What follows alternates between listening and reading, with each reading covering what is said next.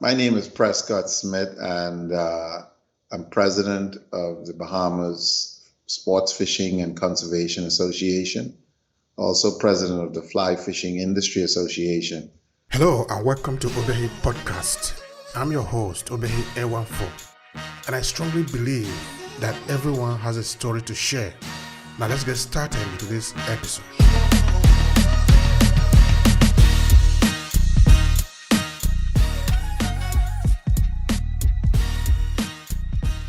Hello everyone, and thank you for joining us today. This conversation is particularly important for us because, of course, like most of you know, we are concentrating on the African diaspora, people of African descent, our life, our history, our heritage, where we are coming from, and what we represent in the world. So today we have the special honor of a brother of ours from the Caribbean who will be explaining something vitally important to us as it relates to the natural resources in Africa and the heavy price that Africans are paying for it. For the rest of the world economy to go on, there are certain resources that you just need. You can talk of computer, the resources that you need to be able to power the computer, or from different form of technology to nuclear weapon. All these are coming from the earth, and a huge percentage of this is located in Africa. And for the bigger economy to be able to get the resources, it would have mean in a fair world that they would pay for it. But they don't want to pay for it. We know that they don't want to pay for it. So for them to be able to get it free, not cheap, there's a difference between being cheap and being free. For them to get it free, they need to create a lot of distractions so that Africans were just fighting ourselves, whereas the resources that they need, they are taking it out.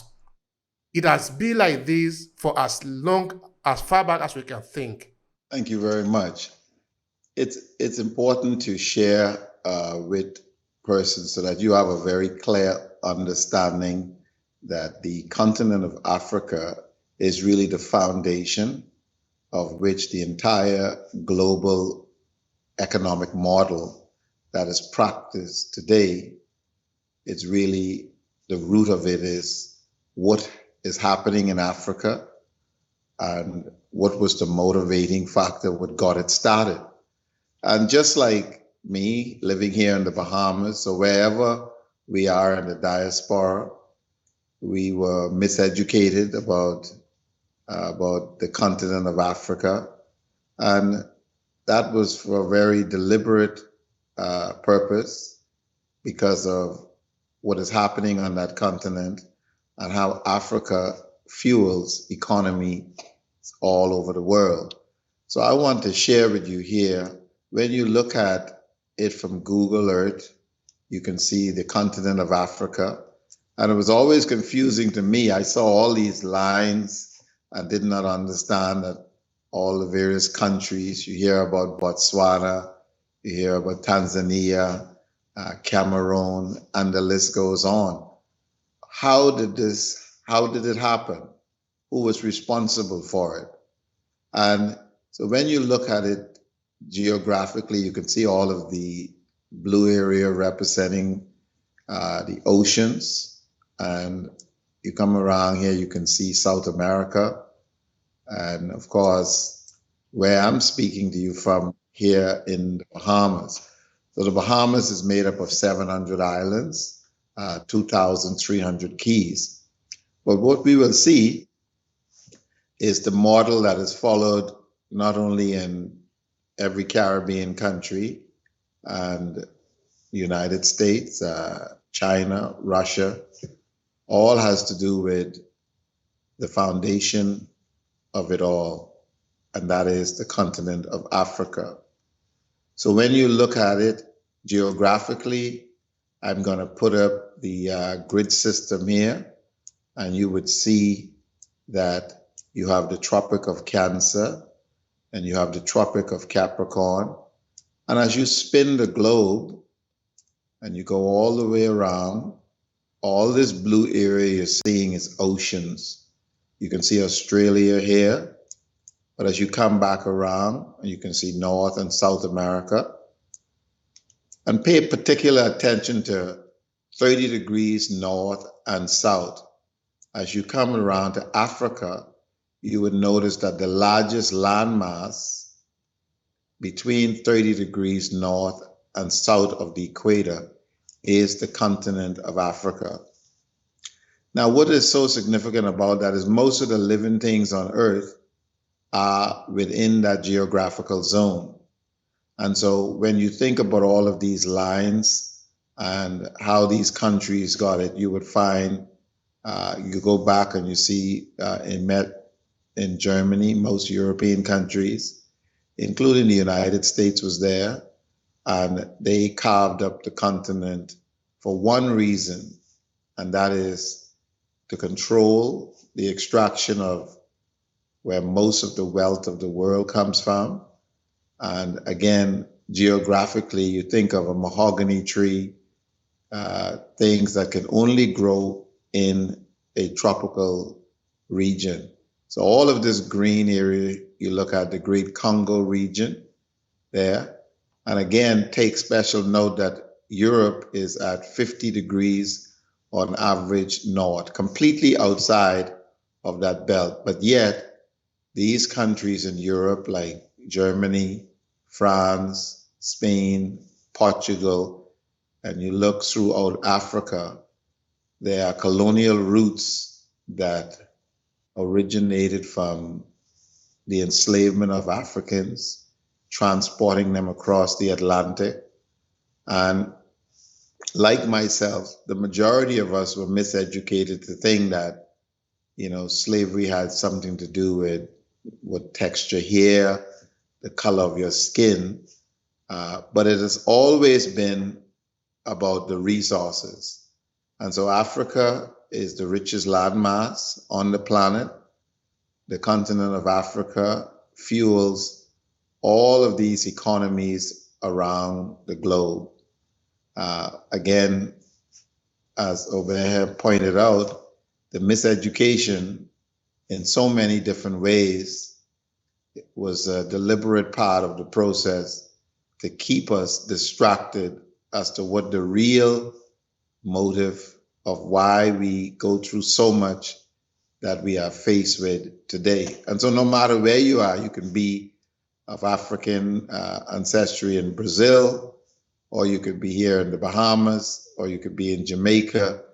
You will find that the colonial offsprings from Portugal, Spain, Italy, France, England, all throughout the Caribbean, North and South America, in the Pacific region, it has always been controlling resources that can only either growing the bananas or the orange or the grapefruit, or extracting certain minerals that are only found in abundance. So for example, let's take platinum. Most of the world's platinum, just in one country in Africa, South Africa. But of course, many other countries in Africa is rich in platinum. And we can go on and on with those resources. So I'm going to remove the grid system here. Again, you can see 30 degrees north and south of the equator. Almost 90% of the living things on the planet exist in that zone. And Africa, I'll take it around one more time, is the largest landmass in that particular area. Now that we have seen the presentation, I want to first of all thank you for that. I want you to do a little presentation of yourself so that people know who you are in relation to what you have shown us, because that is what we are going to be talking about for the rest of the time in this conversation. Yes, my name is Prescott Smith, and I'm president of the Bahamas Sports Fishing and Conservation Association, also president of the Fly Fishing Industry Association. So my passion around natural resources and conservation had really to do with how do we empower people through the many resources that God has blessed us with. And I found that I was running into a lot of obstacles when I tried to share information that can help improve the lives of so many. It started here in the Bahamas. And then I said it was a little confusing to me because those who were controlling the conservation environment in the Bahamas were mainly families of the colonial descent.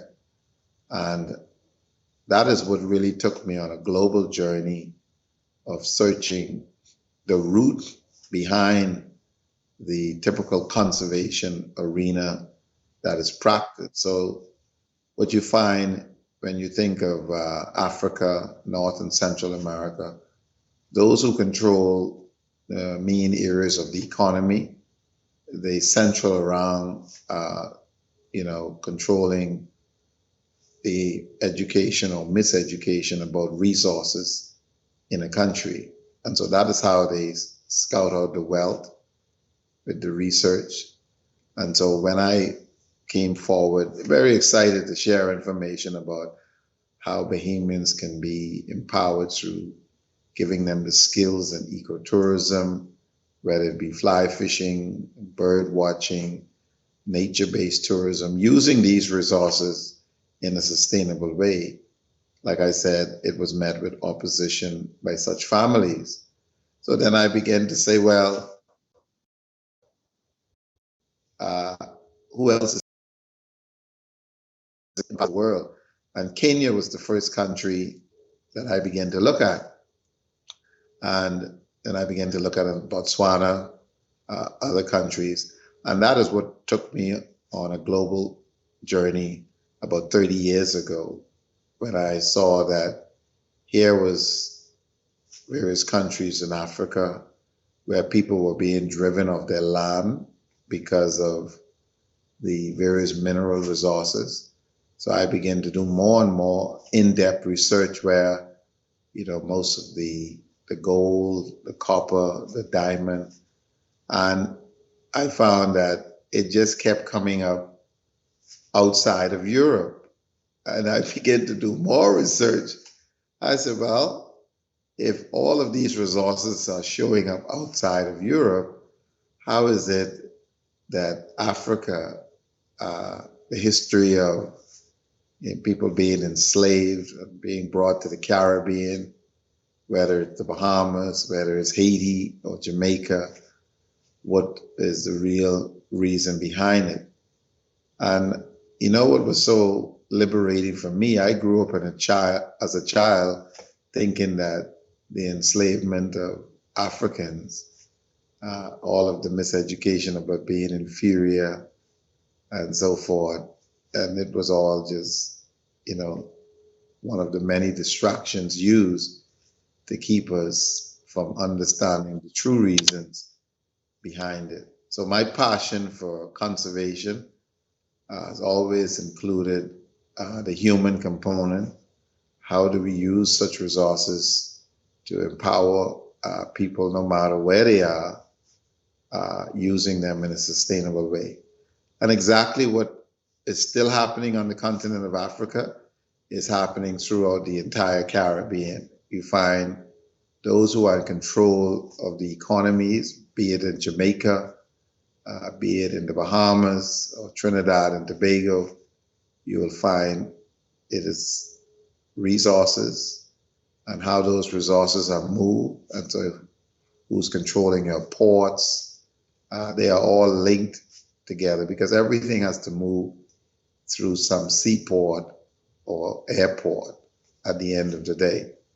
And so you will find, whether you go into South Africa or you come here in the Bahamas, the colonial offshoots from the various countries that colonized Africa, enslaved Africa, are those who, control the Caribbean region, whether they took Africans to Brazil, whether they took them into South Carolina, and in different parts of the United States. So we know the history, 400 years of it, 500 years and more, but it's always been about resources. And so for me, the passion behind this is how do you bring about a true conservation model because if local people are not empowered through these resources, not in the way it's typically extracted, destroying the environment, destroying the freshwater lands, destroying, the or permanent destruction to the environment. Because there are ways you can get resources. You can do it in a way that does not leave this permanent path of destruction behind it. Yeah. Yeah, all right. So I want to thank you again for that sharing. It is very important. Like I said before, it is important that we understand that you didn't just wake up and you start talking about resources and what has been happening in Africa in relation to the resources, because the people in Africa, a lot of us are suffering because of the resources that we have. Not really the resources per se, because the resources do not bring suffering. It is the wickedness of some other persons who want to take the resources that create suffering, so that people don't understand it like they say it's a cost. No, it's not a cost, it's a blessing. But if we Yes. don't understand how to use it, or maybe we are killing other people because we want to take their resources, that is why people interpret it to be a curse. Now, a lot of things actually came to my mind when you were doing the explanation just now, when you were explaining why you are doing what you are doing, in that we perhaps have been miseducated about even the concept of the land, the resources that we have. Now, we don't know who owned the land anymore. It appears like what happened in Zimbabwe, that somebody came from England. He said he is the owner of the land in Zimbabwe. His ancestors have never been there. But by virtue of their law in England, he became the owner of Zimbabwe. That is just an example, but that is actually the reality all across Africa, because Zimbabwe now we do a land reform. They reform their law. Because now, if we understand that this is our land, then when we are taking the resources from it, we should respect the owner of the land, who are actually the landlord, as it were. So in this sense, I think this work that you are doing is extremely important, because surrounding it are a lot of arguments, from politics to economy to our culture. Where are we going to start from to even begin to understand that when we are talking of these resources, we are talking of the life, the existence, and the survival of the people in question? Where are we going to start this? What you're saying is it's so important over here, because we can't fail at this, because even those who created this economic model, inevitably they're actually destroying themselves by having such an imbalance. And if you look at the various, I would call it, imagine being a very sophisticated thieves. You come up with structures that says, you have deeds to the land, stealing by any means necessary. And so there is no attitude or about being fair. So I want to get the diamonds from you, but I don't want to pay for it. Uh, the evil part of it is the process what it took to miseducate our people, that it is something other than what is really happening. And as a result of it, when you think about the negative impact it's had on our mind, to think that we are inferior, people are bleaching their skin, all of these were part of the distraction. And so for me, what you're doing here to get this message out, it's so critical, because it was liberating for me mentally, that I didn't have to live any longer thinking that, the lies we were told, you were inferior, is because of one's pigmentation. And in reality, even most Europeans themselves, while you have this system that it's a very evil system, most of them don't even know the truth.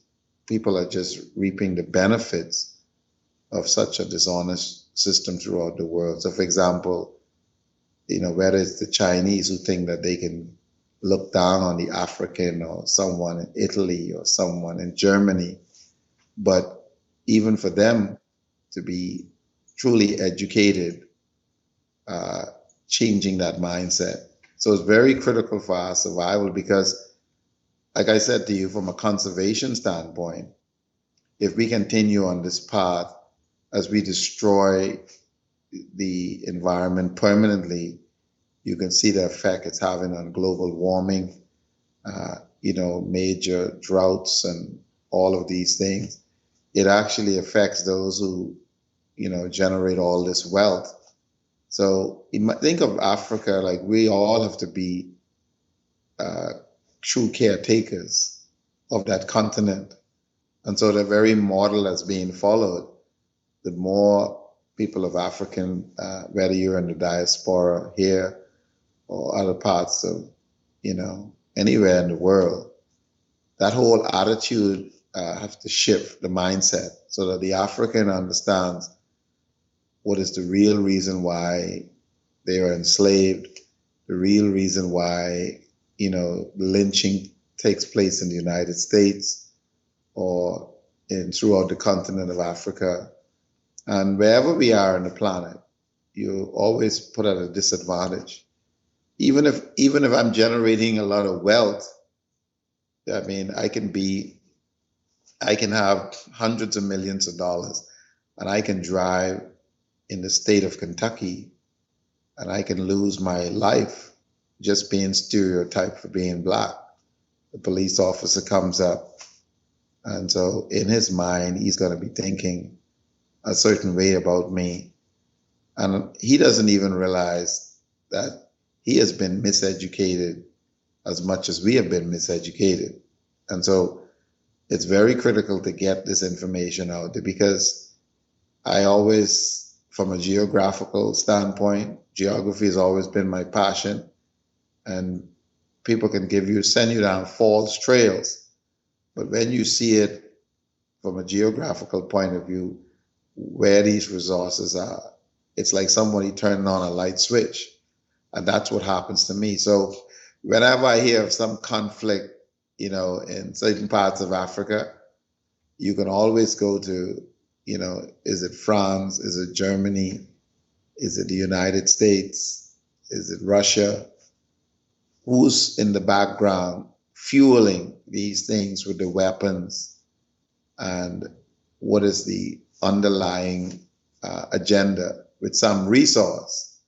Of course, what we see is, we see the images of Africans starving and, the refugees and so forth, without understanding that there's some huge mining interests with all those platinum and diamond, gold, copper, whatever, that these various countries need these resources, but are not willing to, fairly trade with Africa so that everybody benefits, you say? You see, that is a tragedy of it, no? In that sometimes we ask justice from the European, the Western system. They are not Yes. ready to deal with Africa with justice. They are ready to deal with Africa and perhaps with the rest of the world, except those who are strong enough to be able to hold their ground. Because they know they cannot swallow those people, then they are going to negotiate.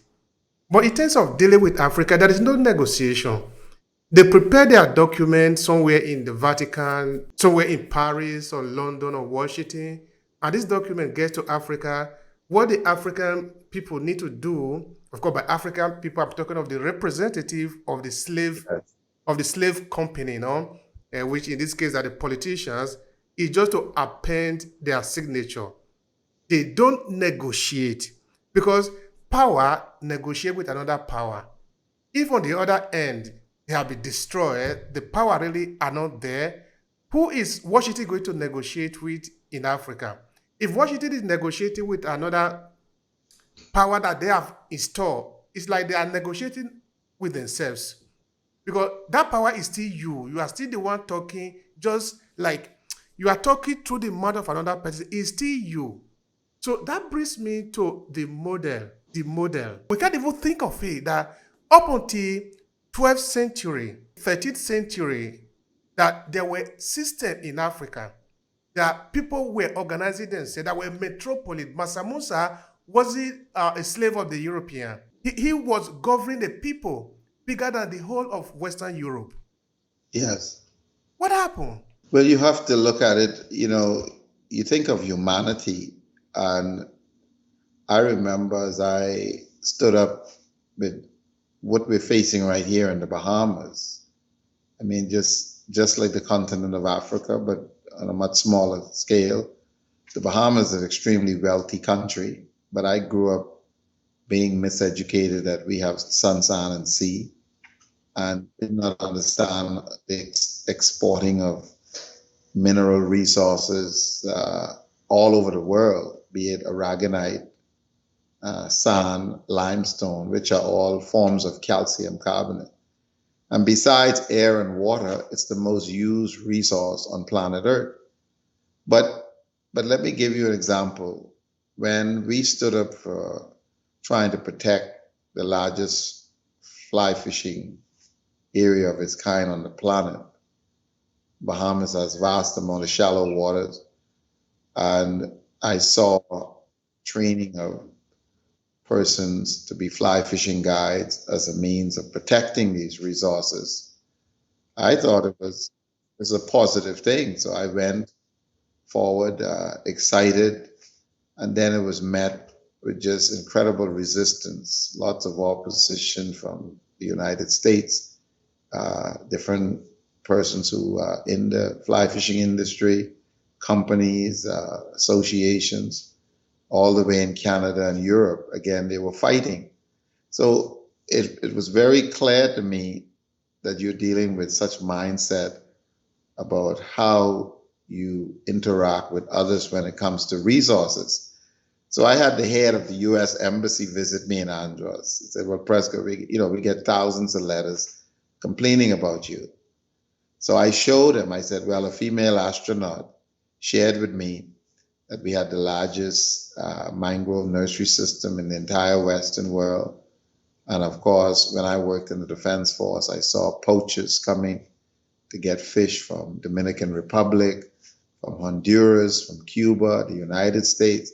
So I realized that these resources was important, not just to us in the Bahamas, but so many countries throughout the world. They come all the way from China and Japan, fishing in these waters for tuna, and the list goes on.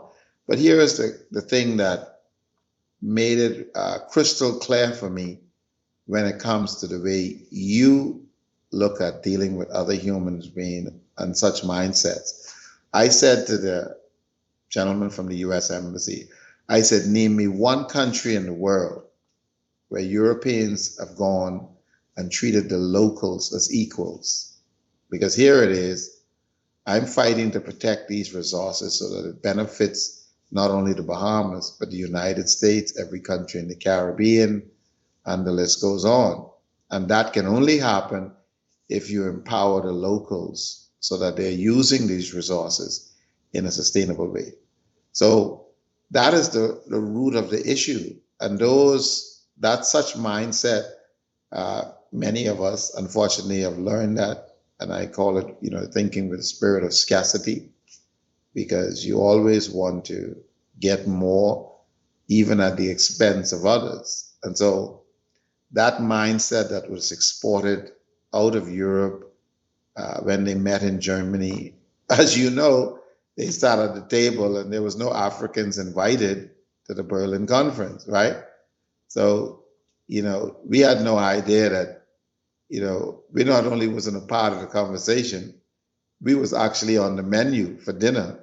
And so they That is how the European understand justice. For them, that is justice. Yeah. When you look at someone saying, "Oh, we're gonna blacklist, Jamaica for banking, and we're gonna blacklist the Bahamas and Trinidad," but yet you think about hundreds of years of extracting trillions and trillions of dollars of resources out of the continent of Africa, and it can be in all these European banking systems. But of course, in their mindset is that's not stealing. They are professional bankers, wearing suits and ties. But then you and I are criminals. Yeah, yeah. We don't That is their pick up. justice system, European Yeah, Western justice, so that we can begin to decode it a little by little. That is by the time they are stealing, it's called justice. If you cry yeah, out, you are a rebel.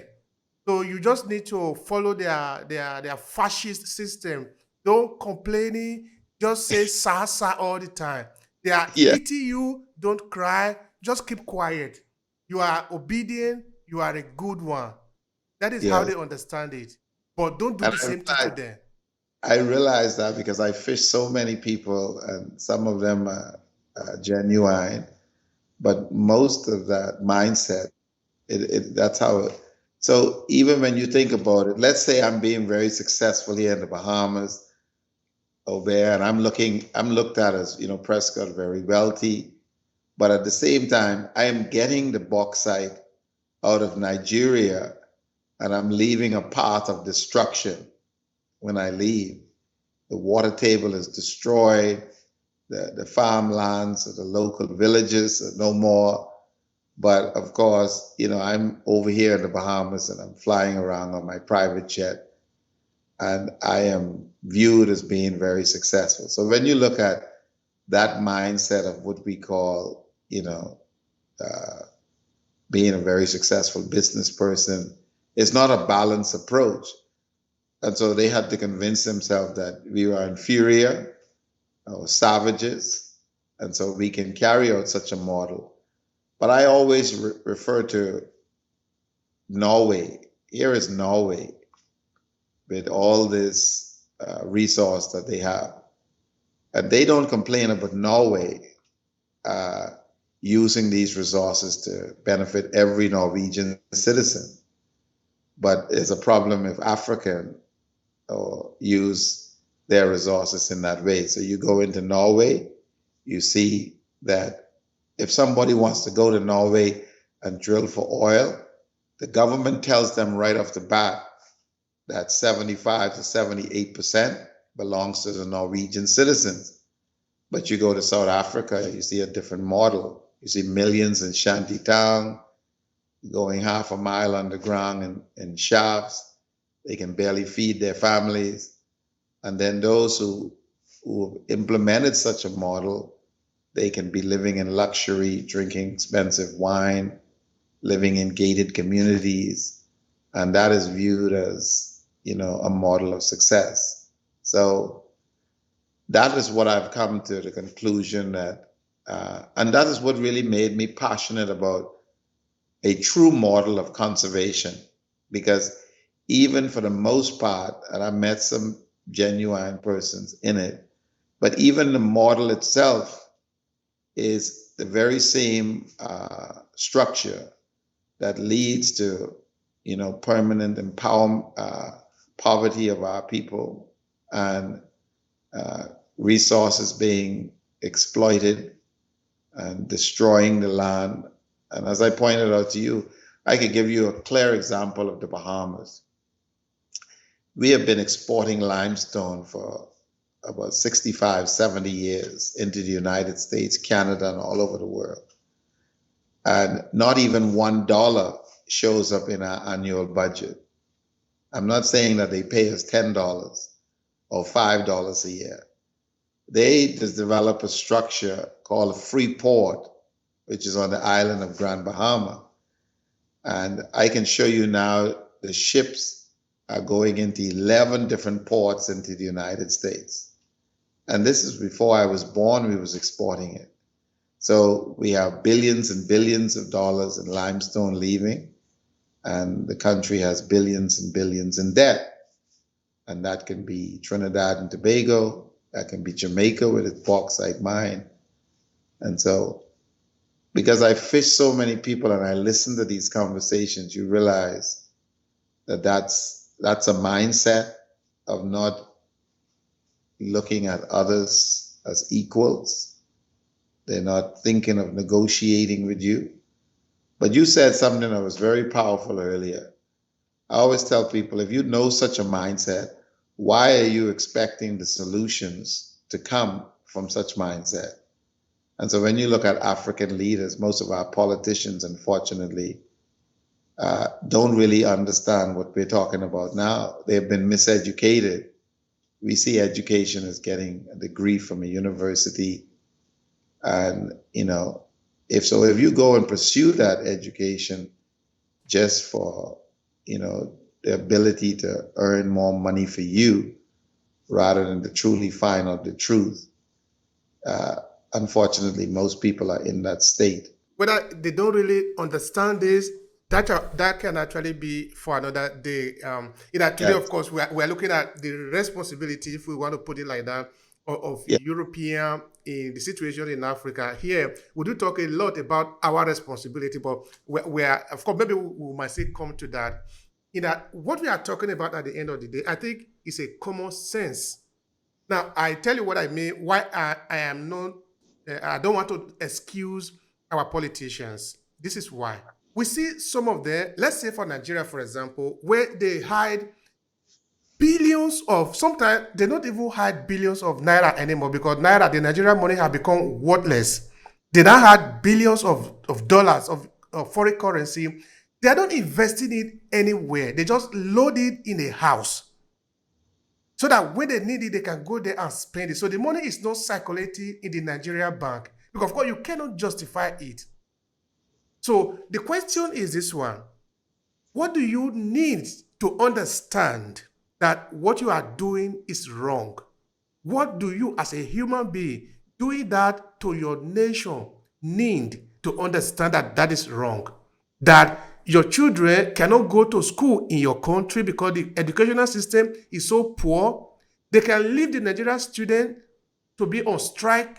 They can leave, for example, ASU to be on strike for up to 6 months. It doesn't concern them because their children are studying somewhere in Europe or in the United States. Why is that difficult for them to understand? They are Well, sick. They cannot go to hospital in Nigeria because the hospital, our medical situation is so bad. Why is that difficult for them to understand? That is why I really do not want to excuse them at all because I look at them, all of them, they are the same. well, you shared something that's happening not only here, but it's so powerful. Let's look at the root of what you just said, right? Imagine you and I each have $500 in our wallet, and then your wallet is in the bedroom, and then you're sneaking in your own bedroom to steal $1 from your own wallet. That's how bad the miseducation has taken place, that we have become so miseducated that we don't even see that the resources belong to us because we just follow a system of, whether it's the Dutch or the British who's extracting the oil for 100 years of Nigeria, but yet they have propped up politicians to make sure that they don't do what Norway did. So as long as I pay you a few $1 million on the side so that I could keep stealing the resources that not only belongs to you, but belongs to every Nigerian citizen. And it's the same thing in the Bahamas, Jamaica, elsewhere. We're exporting aragonite to the United States. We're exporting sand. We're exporting limestone. We're exporting salt. And the list goes on and on. It's the exact same model. And you said it earlier when you talked about the various tactics used. And so the miseducation of ours was very critical because you can see the effects of it. It would be like you and I bleaching our skin or thinking our hair isn't good enough, or, we have to be stealing our own money. And so they are just revealing to you what you mentioned when you talk about the shackles being on our mind. You see? Well, and of course, they look at it and say, well, I'm doctor, I have a master's degree. But their actions are revealing that they are still shackled here mentally because let's look at Nigeria. Nigeria has so much wealth that what has been taken from that one country in Africa can empower Africans anywhere in the world. If the country of Nigeria got 1/10 of its, what is truly deserving or what it actually, and it's the same thing in here in the Bahamas. We have one island I can name, Grand Bahama. The amount of wealth taken from Grand Bahama and the way that island is used in oil storage, is used in, the limestone, it's used in all of these various ways. You can see at the end of the day, it can pay the national debt off in every country in the Caribbean. But yet people are losing their homes there. They're sleeping in the cars. And politicians are dressing up in suits and ties and so forth. So the miseducation is, so I had to look at all of the various strategies used to get us to the state. And what was the solution? And so the conservation model that ought to be practiced was really the solution. We have to be educated about these resources. We have to know, what is the true wealth of the various countries. And of course, unless Africa implements, sovereign wealth structures to benefit all its citizens. But of course, most of the politicians who are elected, they are funded by those who control or introduce the very systems that we follow today. Yeah. All right. So you were saying before that you could be rich and you are working somewhere in the United States. A policeman will still imagine how I could sit on your neck and wait until you die because you don't look like me. Because Right. the policeman is just as miseducated as you are. Because I am not able to justify how your wickedness can be allowing you to do that.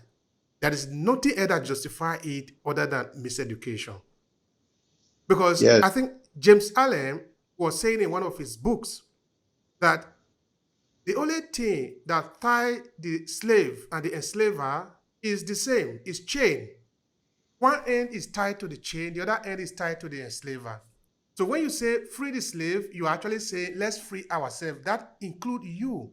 Because as long as the slave is not free, even you, the enslaver, is not free. So it's about all of us.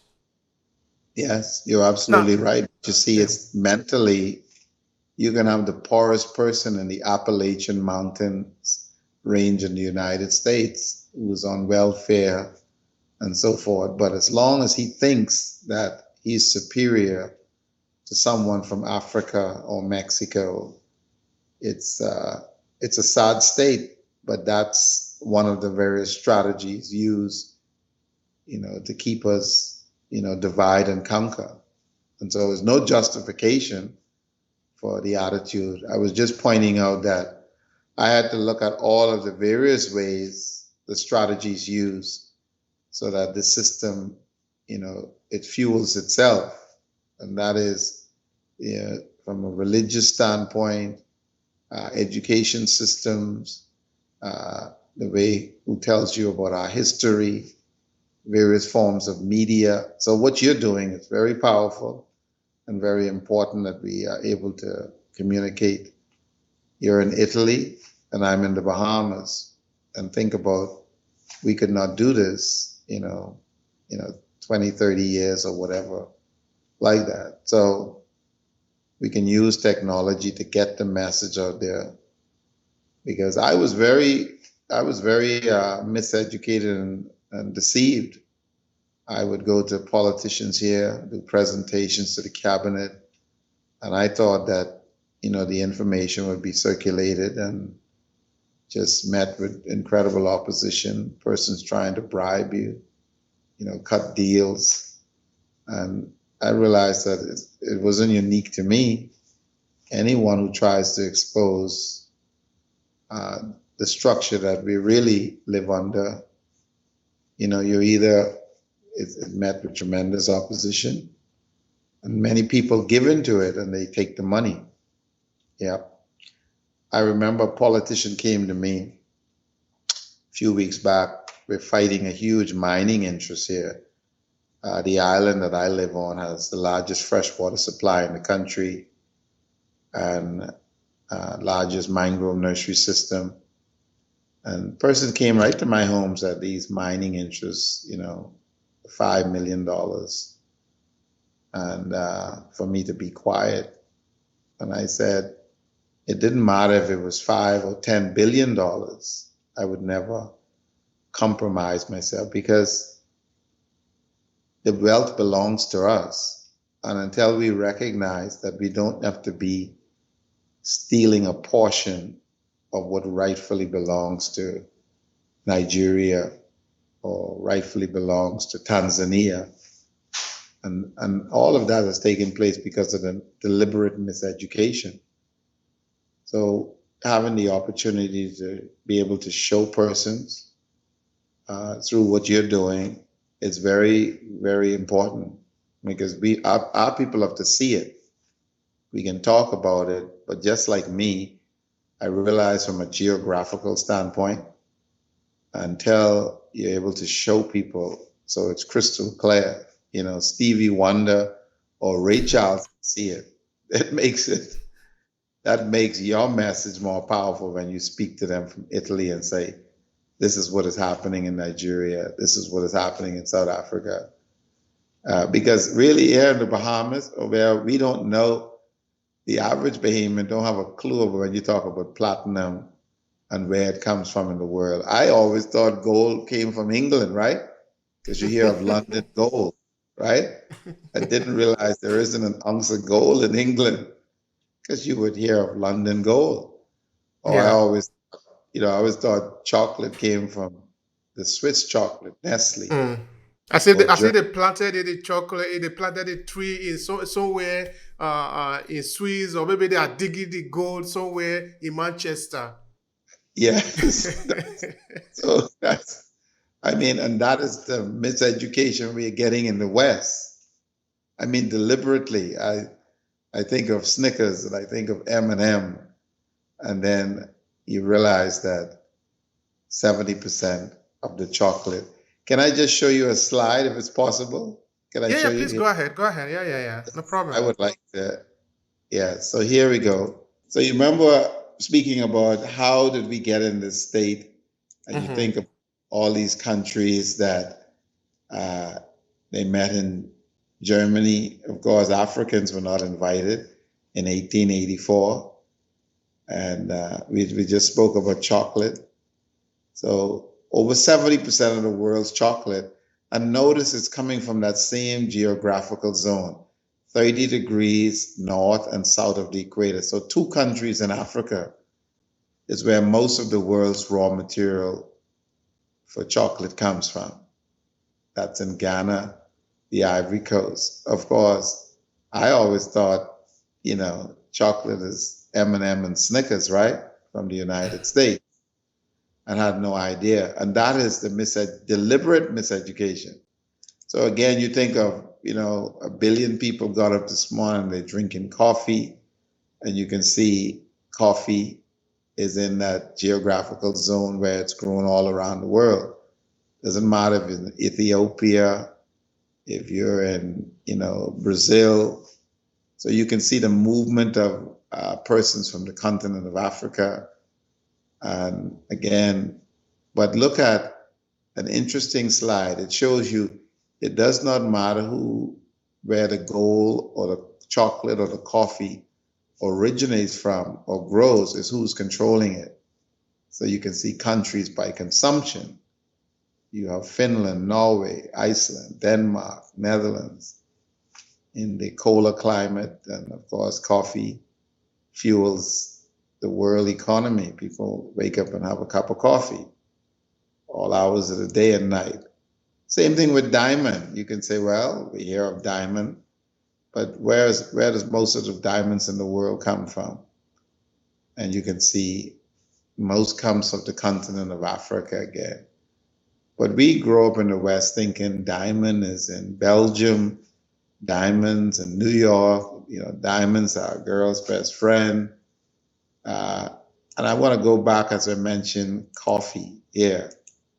This is an interesting one because the first Starbucks was opened up in Seattle here in the United States. But there's no coffee that is grown there.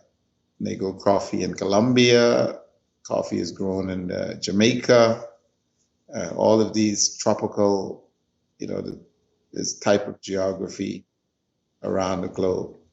So we can see it, resources, whether it be diamond, and you think of teak. So all these expensive yachts, the teak furnitures, the teak on the boat, because you can wet teak 24 hours a day, all the deck on these, and it's teak, right? But look where the teak is. Again, Africa is the largest landmass within that geographical zone. So that makes the point clear in terms of when you think of resources and why we are in the state we are in. And that message we have to get out, because then the politicians are allowed to continue the wheeling and dealing, because the electorate is not fully aware. And so a lot of times our people are bought off because the politicians make them feel that they're doing them a favor by giving them a job and giving them a contract. So you'll find the same thing in Nigeria, the same thing in the Bahamas, the same thing in Jamaica, right? And so, And yeah, because all of them look a little bit the same, of course, for those people who are not ready to think now, who are not ready to use their head, they might easily make the conclusion that, okay, maybe it have to do with the skin color. The skin color is caused and all those stupid things that they do say. But it is not. What happened? It just happened that, when you are playing a game, there are some circumstances, some situations that sort of work in your favor. Now, talking of favor, I'm talking, of course, the model that have been created by the European. It is their yeah, model. It seems to be working for them, but it is a dangerous model. Why it is dangerous is that what Europe is doing to other people are going to do it to them, then it will be done to other people and other people again. When is it going to end? Why can't we just create a model where every human being is treated with respect? Why can't we talk? Why can't, for example, Italy needs something from France? He doesn't go there to kiss some people before he can get it. In this way, the people in Italy will not be afraid that when France realizes, they are going to do the same back to Italy. Because now we are over 8 billion people in the world, more or less, as it were. If we properly put ourselves in order, we have food to eat, all of us. There is no reason why people should be going hungry. there is no reason. But again, But you would have to admit what you're saying is 100% correct, but you would have to admit that, our whole lives, what we were taught, have been a lie. And a lot of people are not interested in dealing with the truth, going through that painful, but yet it's better for us all. It's like you taking medicine, might not taste good, but the healing takes place. And so for Europe to admit that they've been stealing for hundreds and hundreds of years, and, we can't just say, we're sorry.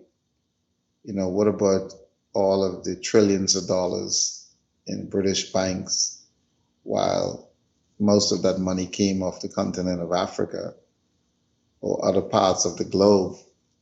What do we do to make it right? Even in the United States, you can hear all of the terms, conservative rights, and I'm a conservative. These are various dog whistles, because what it means is you're conserving the status quo. And so because I deal with so many people and understand the language they use. But of course, they would find certain talking points, one who believes in abortion, or one who believes in, states' rights, or one who believes in, you know, various things like that, Christian principles and family values.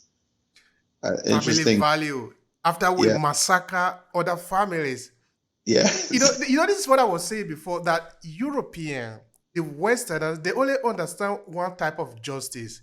That is the one that put them at an advantage. If it is not that, it is not justice.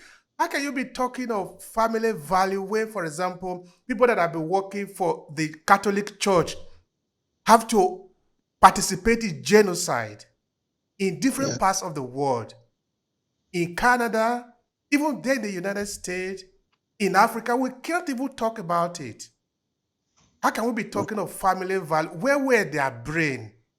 Yeah, Were but they you said, no were they no human being? Were they no thinking? What were they thinking about? well, it's back to So the same. It's the yeah, same please. one they talk about. It's when they talk about family values, they're really talking about their family and not you or me. So remember, religion is one of the other tools used to miseducate our people. Many people think that they learn to worship God by the way the Europeans taught us to do it. And in Africa, if you know our history, as you said, existed many, many thousands and thousands of years. I said Africa was the land of the spiritual people.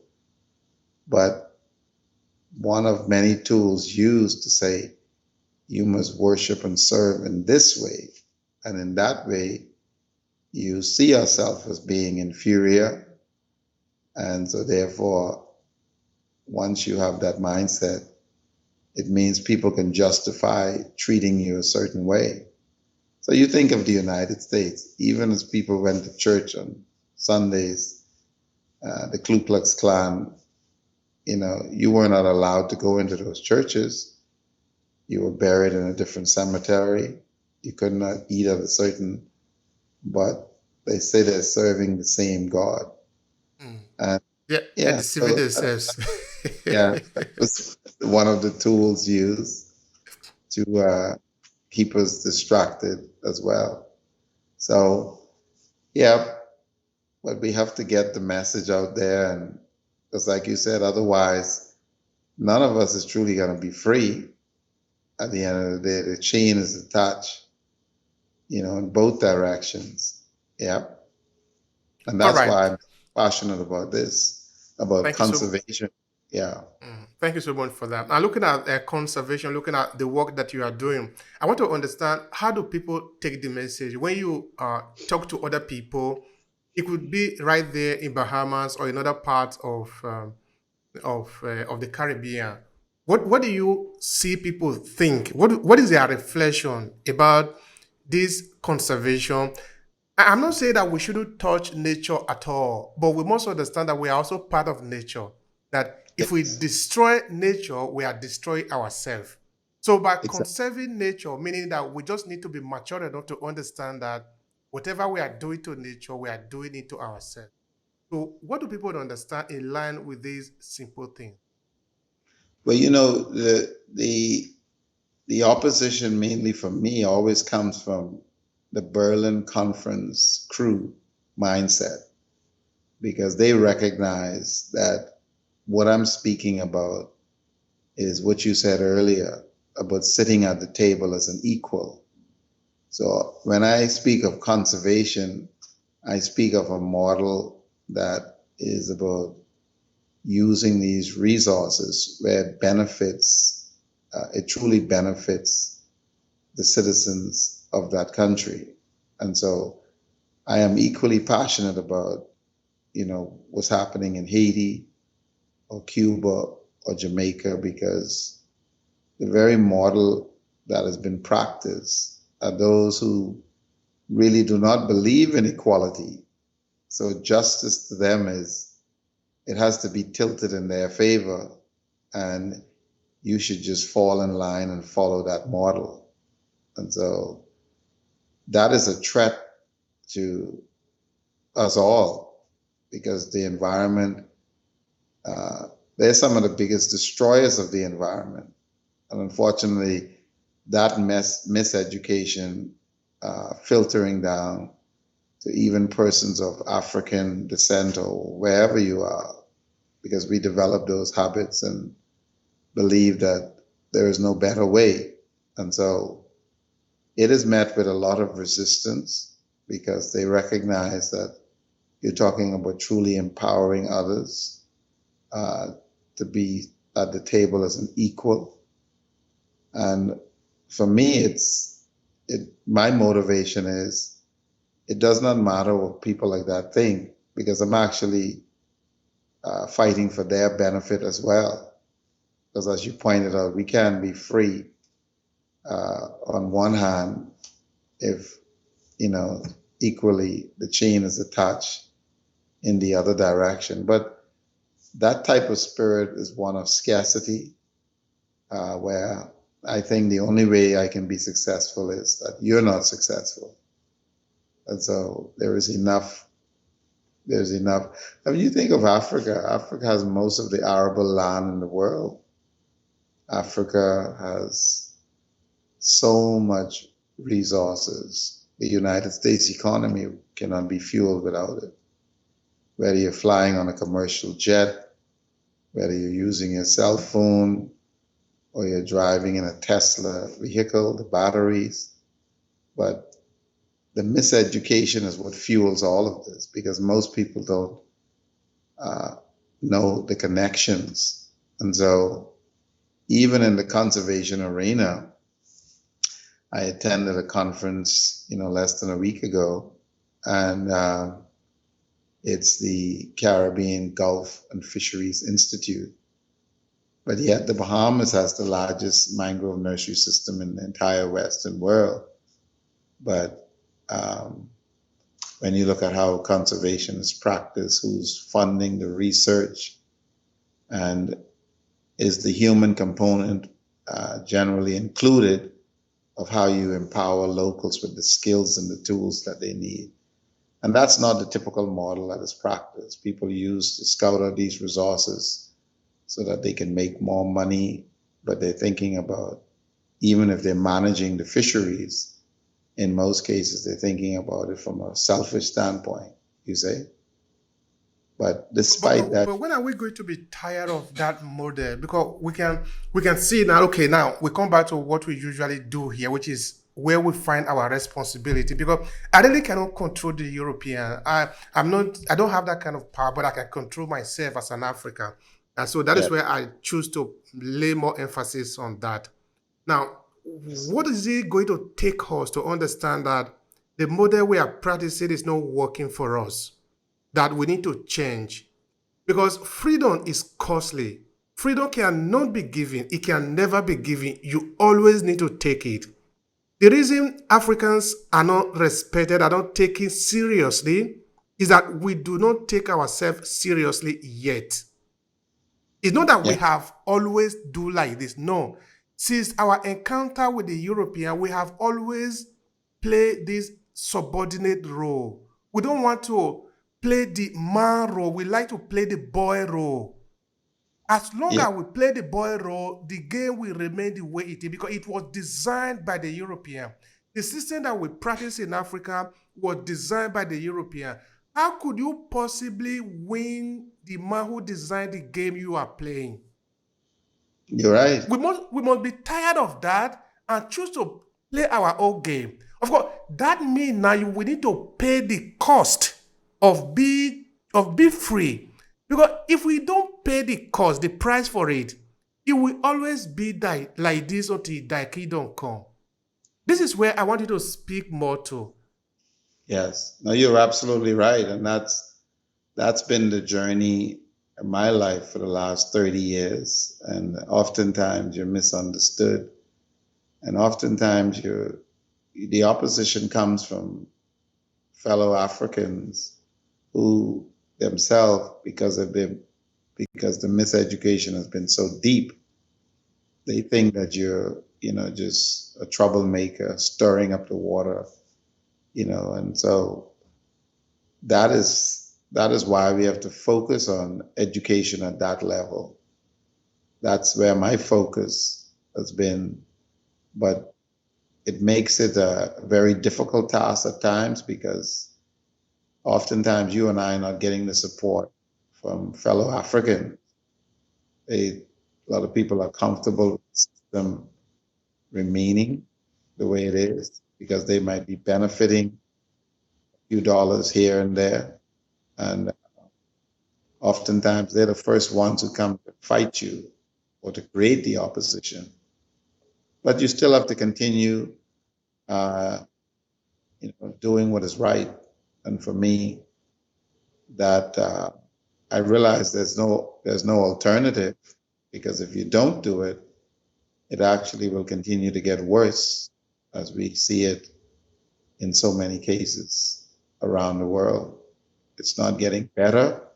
It gets worse when people stand by and do nothing about it. As we can see, a lot of people they don't want to participate because it is on the harder side that we are calling now. Because the cheaper side is just to play by the rule, and the rule Yes, is not yes, set up by us. We are not in charge of it, but we just play by it. And of course, nobody is going to shoot you because we are playing by the rule. The people that they yes, are going to shoot are those that are not playing by the rule. And yes, that is the only way you are going to be free. If you don't want to be free, that is fine. You remain a slave forever. That is okay. If that is what you want, you don't need to struggle. You don't struggle to be normal. When you become abnormal, that is what you need to struggle for. Because yes. So it's I've lived that path because I've all those issues I've taken on. I remember when I built my fly fishing resort, persons used to book up to 5 years in advance. And myself, along with other guides from different islands in the Bahamas, we decided to push for a legislation that was about creating a conservation model that would empower the ordinary citizens to use these resources. And it was amazing to see the opposition from within the United States, from within Canada, European countries, the local colonial families who control the economy here. And it was just incredible. They put my lodge and another Bahamian prominent lodge on a global boycott. And so I saw it firsthand and lived it for so many years.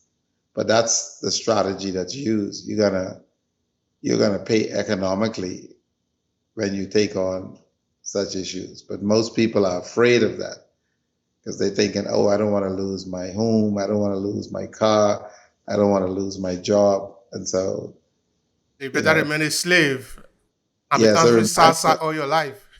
there was amazing a movie called Mandalay where they're on a plantation and now even when say slavery was so-called abolished, because that's another whole other discussion. And they told the enslaved persons that they could go free. Most of them did not want to leave the plantation because they were comfortable. You know, they can have a meal there. They had a place to sleep. And so you'll find so many, even after they've gone and gotten a bachelor's, master's, a PhD, they are comfortable not changing the status quo because they are rewarded personally uh, for being a part of it, you see? So, but those who know better have to be the example. Yeah. Thank you so much for that, dear Prescott. Now, you were showing me yesterday of the award that you have received because of this work that you were doing, that you have been doing. Because, like I said at the beginning, you didn't just wake up and start to fight for conservation. This is something you'll be doing forever, and you were finally recognized for that. Do you want to share something about that? Yes, it was interesting because the award would have never, uh, I would have never gotten such an award if it meant the recommendation came internally in the Bahamas, because those who control the so-called conservation environment the colonial families who control the economy. So the award, the recommendation came from outside the Bahamas through the relationship with the Environmental Defense Fund and several captains in Texas. And but what was interesting about it is the Gulf and Caribbean Fishing Institute. That was their 75th conference held in Destin, Florida. And we were accommodated by our Minister of the Environment, Mr. Warren Miller, and his leadership team accompanied. But I could have easily looked at it in a way that it was about me personally, but I saw it as an opportunity to open the door for the bigger issues that we're faced with. So when I accepted the award, I said, I'm accepting this award on behalf of a conservation model that is about empowering ordinary citizens. And it doesn't matter whether they're in Tanzania or they're in Trinidad, because of what we shared earlier, the path that we're on that really affects us all negatively. And so how is it that, and I pointed out, I said, a video that I will share with you that I had produced that showed various resources in the Bahamas, the largest flats in the world, the largest bonefish population, the largest concentration of blue holes, the largest amount of coral reefs in the entire Caribbean and Western world, the largest mangrove nursery system in the Western world. Well, these resources sustains fisheries all over. And so, but here it is, I'm in this room where persons are, scientists from Sweden, from Colombia, all around the Caribbean, all over the world, they were doing various presentations. And what the Minister of the Environment and Natural Resources saw from the Bahamas was where were the Bahamians at the table? Where were the Bahamians who have these resources, but yet who's leading the effort in the protection of these resources with such a model? And so I had the opportunity to speak, and I said to them, I spoke about the things that I've experienced with so many people dying from Haiti, just like many leave the continent of Africa trying to get to Europe. We have these same issues in the Caribbean, people leaving Cuba, people leaving Haiti. There are thousands of people that lose their lives. But I said, while we here talking about, how much fish and the sagasso weed and the coral reef and so forth, the conch, red snappers, nobody's speaking about how does this impact the human component. So when we get all of these millions of dollars in grant money, do we put in those grants tools, the training of the skills needed to empower the locals to use their resources to support themselves and their family? That's not part of the equation. And so that's what I was telling you about the model of conservation. And yet so many fund these research of how they scout out resources, not only in our region, it's the same model in Africa. They all through Africa saying they're testing the soil and checking out the plant, but yet, the big pharmaceutical companies in Europe, in the United States, in China, they're producing the pills, they realize that there's platinum under the ground, there's diamond, there's gold. And so I spoke to a conservation model that's about bringing real change and empowerment to not only our region, but what we face all over the world. And so accepting the award, I'm grateful for it, but I didn't see it as something about promoting my own self-interest. Again, we talk about that nature of scarcity or abundance. And so for me, um, and I met some amazing persons from throughout the region, from St. Lucia, Trinidad and Tobago, Jamaica, Haiti. It was an amazing experience, a week conference. And I learned a lot because it was fascinating to see all of the various, presenters, the scientists doing the research and all kinds of marine resources. So, but what I am very, if you look at our miseducation, we need to have a serious effort getting persons in the sciences at all levels. I mean, COVID showed you that we rated waiting on vaccines from somebody else, right? But yet Africa with 1 billion people, why are we producing our own vaccines, right? And then you got Cuba. Cuba is an example, an amazing example of even in our region, their second industry is biotechnology. They have the most doctors per capita in the world. Cuba sent many of its citizens. They died on the continent of Africa for, in the fight against the British and Dutch in South Africa. And most people don't even realize there were thousands of Cubans who died, gave their blood for the freedoms that many take for granted in Africa today. But they export their doctors all over Cuba. Doctors visit Bahamas, throughout the Caribbean.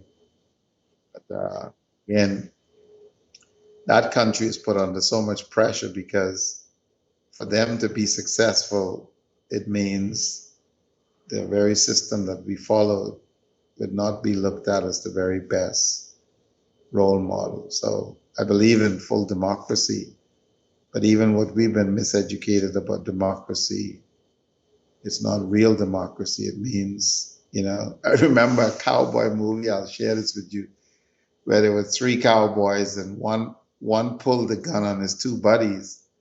And he said, we're going to share this booty straight down the middle, 90% for me and 10% for you both. Now he's pointing the gun at them and he said, is that fair, right? And they said, yes. So that's the kind of mindset and model that you're talking about.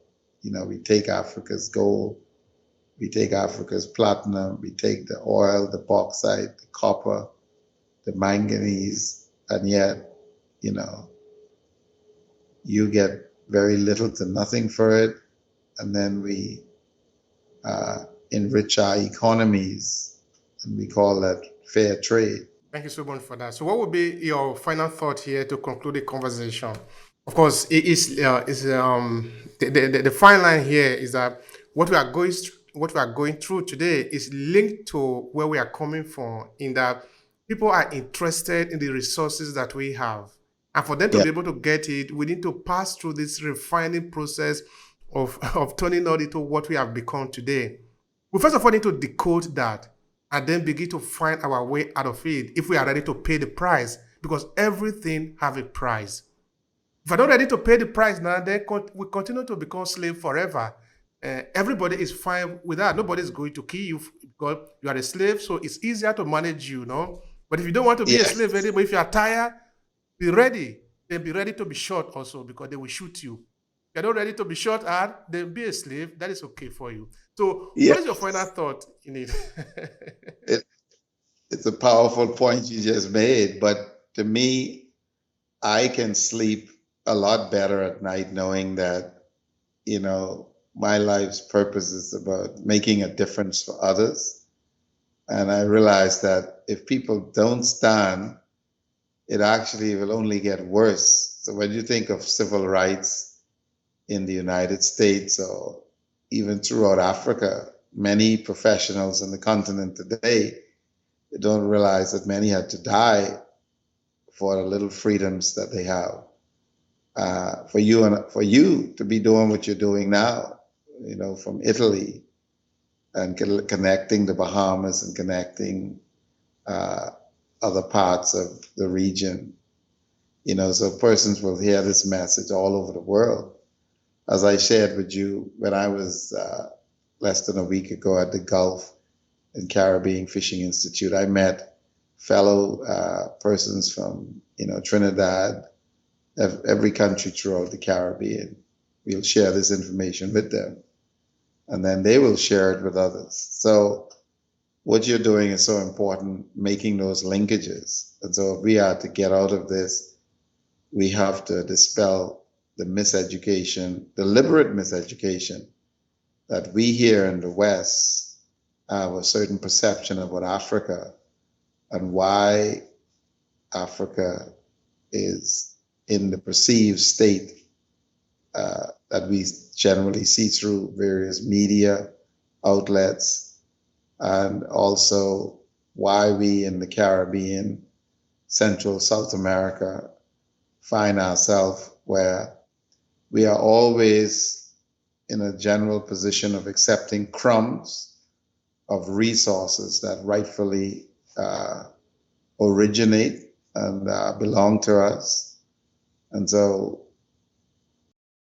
whether it's in the conservation arena, you find at the end of the day, we have to get more Africans in the sciences, engineering, and, so we can map out what are these resources, what's the best use of them, and changing the policies. If it can work for Norway, if it can work for Qatar or United Arab Emirates, why can't the same model work for us in the Bahamas or any other part of Africa? And so that's the message I would like to leave with. The African has to see ultimately that remaining enslaved mentally is to the detriment of future generations, even if they have this, level of comfort financially for helping to maintain the status quo. Like a Native American said, our survival is dependent on nature's survival. Obehi, I wish sometimes I can give every human being $100 million and take away all the clean water, all the birds, all the marine life, and everybody's got their $100 million, and there's no trees, there's no bird, the water is polluted, but yet they would understand very quickly that wealth is not just in the accumulation of how much money you have. As you said, our survival is dependent on nature's survival. And so we have to play an active role in bringing about this change, not only for those who have enslaved us and continue to fuel this system, but even for their freedom and survival as well, is all linked to changing the very structure that we think is the very best and option that we have to follow. Yep, that would be the message. Thank you so much for that.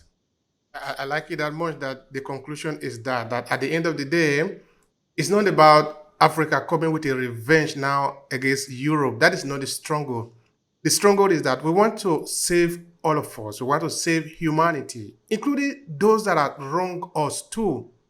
It's not Yeah. about this exploitative model of destroying the earth just for a few percentage of people in the world. Only a few percentage, only a small percentage of human beings are responsible for the destruction of this world. So what we are saying, the model that we are saying that should be there is for the protection of all of us. If we are intelligent enough as humanity, we should have learned from COVID-19 that somehow we are Yes. all connected. No one is exempt. If we destroy one part of the earth, it's going to affect you wherever you want to hide. So it is for your own good, all of us, that we act responsibly. Yes, because we have a greater threat if we don't deal with this structure that Europe, because let's think of China.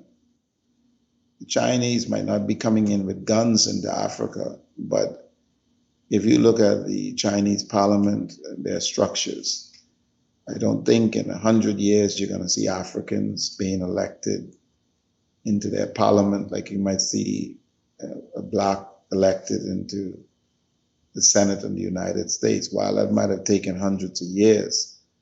And so you have a more dangerous threat coming to us because China is not moving all through Africa because they're trying to preserve nature. There's this vicious appetite for resources because now they're following that model of extracting the resources by any means necessary.